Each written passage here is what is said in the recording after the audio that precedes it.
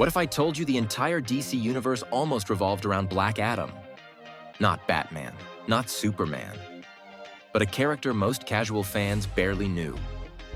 For one fleeting moment, that was the plan, crafted and championed by none other than Dwayne "The Rock" Johnson. He didn't just want a movie, he wanted a legacy, a new hierarchy of power. His Black Adam wasn't just meant to fight Shazam. It was supposed to go head-to-head with Henry Cavill's Superman in a cinematic rivalry that would define the next era of DC. But behind the scenes, things were falling apart. Power plays, clashing visions, and a universe already on the edge all collided, until everything collapsed. So what really happened?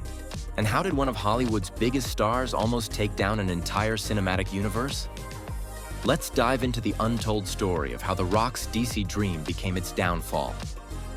After successfully transitioning from wrestling to Hollywood with his debut in The Mummy Returns, Dwayne "The Rock" Johnson quickly began making a name for himself as a rising action star. His performance was so well received that it led to a standalone spin-off, The Scorpion King, firmly placing him in the spotlight as a potential leading man in big-budget films.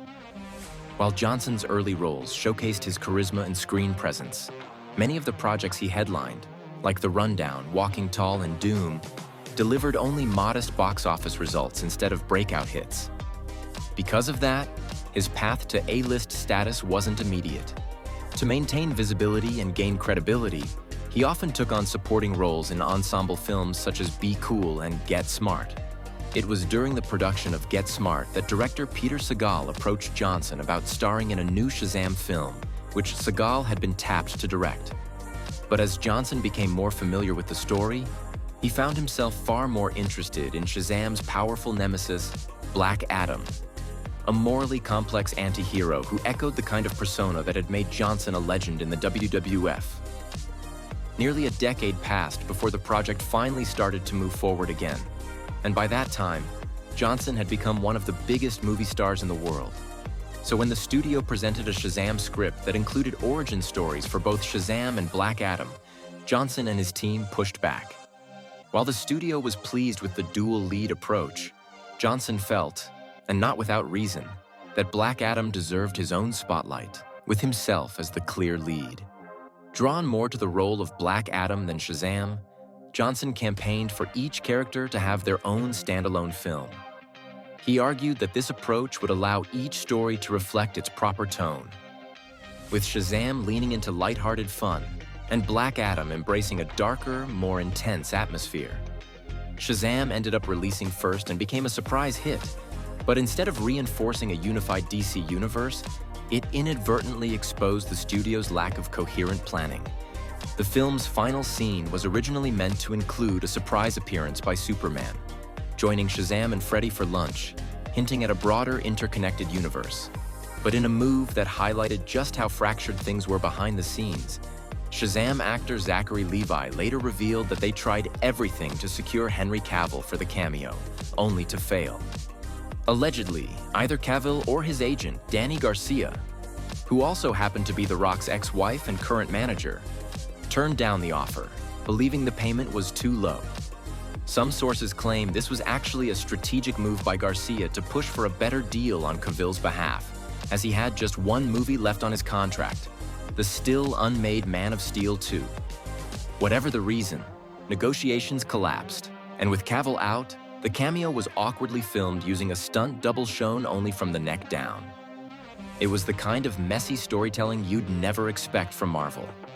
When Robert Downey Jr. was written into the Incredible Hulk's post-credits scene, he actually showed up. Because even in Marvel's early days, both the studio and its stars recognized the importance of building a consistent shared universe and treated those moments with the care they deserved. Ultimately, the failed cameo led to reported tension between Cavill, Garcia, and Warner Bros. At the same time, DC's fortunes at the box office started to decline. After Zack Snyder stepped away from Justice League, the film's disappointing performance triggered a wave of internal changes within the studio. Warner Bros. Appointed Walter Hamada, a former New Line Cinema executive known for successful horror films like It and The Conjuring, to head DC Films. His goal was to move the franchise away from being centered around one director, specifically Zack Snyder, and instead adopt a broader and more commercially sustainable approach. Although Aquaman became a major success and Shazam performed well, the studio struggled to keep the momentum going. Titles like Birds of Prey, Wonder Woman 1984, and the semi-reboot of The Suicide Squad underperformed at the box office. After Black Adam had been filmed and edited, it received a dismal response in test screenings, scoring similarly low to Batgirl, a film Warner Bros. Would soon cancel entirely as part of a tax strategy. Walter Hamada, president of DC Films, only found out about Batgirl's cancellation during that screening when informed by Warner Bros. Executives. Feeling blindsided by the decision, Hamada considered stepping down, but ultimately chose to remain in his position until Black Adam was released. Due to the film's poor early reception, Warner Bros. Initiated an expensive 20-day reshoot effort in hopes of salvaging the project. Initially approved with a $190 million budget, Black Adam's costs eventually soared to $260 million. The long-term vision was to build up to a showdown between Black Adam and Shazam, and the original post-credits scene reflected that, with Hawkman recruiting Shazam into the Justice Society of America, paving the way for their future confrontation. However, as DC Films faced internal turmoil and Walter Hamada was preparing to step down, Dwayne Johnson saw an opportunity to steer the DC universe in a new direction centered around his character. Johnson proposed a new post-credits scene featuring Superman, aiming to launch a long-running narrative where Black Adam and Superman would orbit each other across multiple films, slowly escalating toward a major cinematic event. But to his surprise, Hamada rejected the idea. Hamada already had an overarching plan for the DC universe, which included a Crisis on Infinite Earths adaptation as its endgame. The upcoming Flash movie was meant to set the stage, introducing the multiverse and bringing back iconic characters like Michael Keaton's Batman. Hamada's roadmap also featured a new Black Superman series. Still, Johnson was undeterred. He bypassed Hamada entirely and pitched the Superman idea directly to Warner Bros. Executives, who approved it. The only catch was that Henry Cavill was still under contract for just one more Superman movie, the long-anticipated Man of Steel 2, which had been shelved in favor of Batman vs Superman and seemed increasingly unlikely to move forward. Henry Cavill and Dwayne Johnson shared the same agent, Johnson's ex-wife, Dani Garcia, who was working under tight deadlines to secure Cavill's cameo in Black Adam before the film's release. Cavill received a verbal promise from DC regarding his return as Superman and was paid $250,000 for the appearance, despite never signing a formal contract.